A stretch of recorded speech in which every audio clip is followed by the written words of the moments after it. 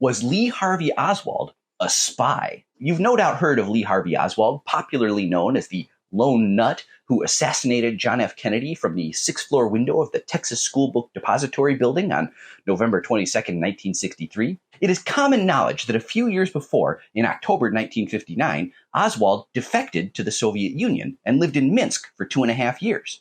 He met his wife, Marina, there. Oswald's defection is supposedly evidence of his fervent Marxist ideals and opens up questions about whether the Soviets possibly played a role in Kennedy's assassination. But if you've ever seen a spy movie, you know that appearances can be deceiving. For a moment, I would like you to consider the possibility that Oswald wasn't a spy for the Soviets, but for the United States. Kennedy assassination lore is chock-a-block with extra Oswalds. Weird stories abound where people claiming to be Oswald pop up in two places at once. Here he is in Mexico City. There he is scoring a bunch of bullseyes on someone else's target at a shooting range. One of the strangest doubles mirrors Oswald's Soviet escapade almost perfectly. Robert Webster was a military materials expert. He had security clearance for his work on plastics and fiberglass. Webster defected to the Soviet Union just 2 weeks before Oswald, and, coincidentally, returned to the United States 2 weeks before Oswald. Both were veterans who offered to share military secrets with the Soviets.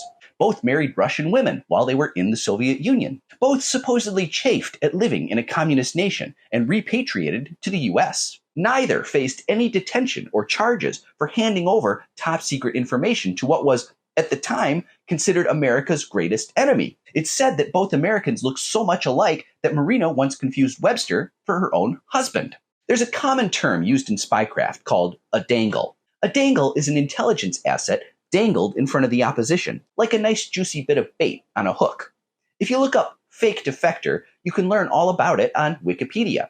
A spy agency has someone with valuable intelligence pretend that they want to defect to the other side, hoping that they can manufacture a double agent.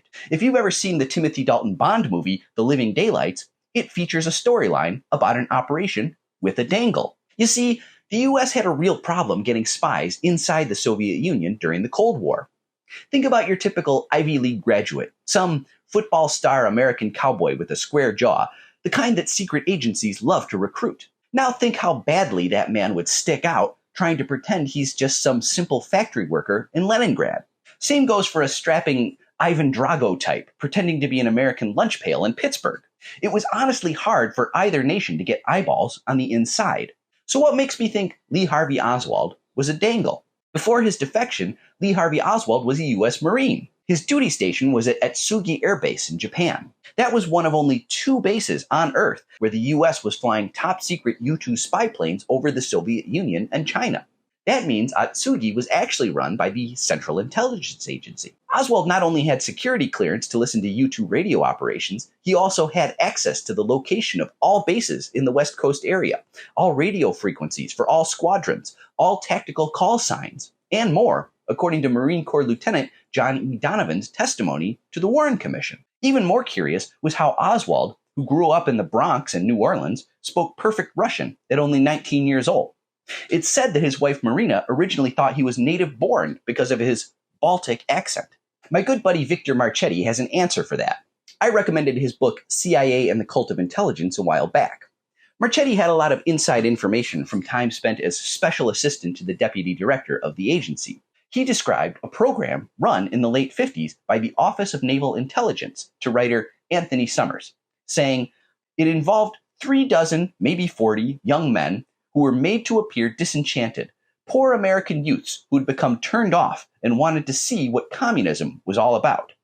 Some of these people lasted only a few weeks. They were sent into the Soviet Union or into Eastern Europe with the specific intention the Soviets would pick them up and double them if they suspected them of being U.S. agents, or recruit them as KGB agents. They were trained at various naval installations both here and abroad, but the operation was being run out of Nags Head, North Carolina.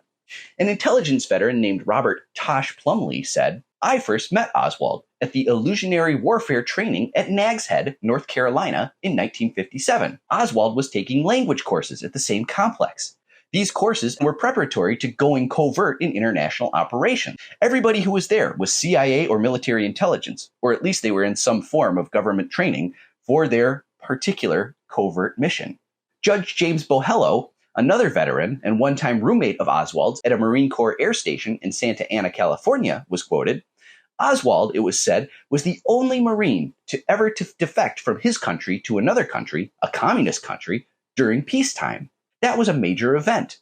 When the Marine Corps and American intelligence decided not to probe the reasons for his defection, I knew then what I know now. Oswald was on an assignment in Russia for American intelligence. One final ironic detail as we consider the angle of Oswald's dangle, the KGB agent Yuri Nosenko, who was in charge of keeping an eye on Oswald during his time in the Soviet Union, defected to the United States in 1964. He too was suspected of being a dangle. According to a former CIA agent who wrote a book about the incident, it is believed not that the Soviets were involved in the assassination, but that fearing they would be blamed, they staged a defection in order to persuade Americans that the Russians were not involved. I think it's worth considering the implications of Lee Harvey Oswald potentially working for American intelligence. If true, it adds some curious wrinkles to what we know about the Kennedy assassination. After his arrest in Dallas, Oswald told the press, "They've taken me in because of the fact that I lived in the Soviet Union. I'm just a patsy." What if he was telling the truth? Please give a like, follow, favorite, repost, and consider signing up for my free Substack, where you can get more detail in every post. Let's make them pay.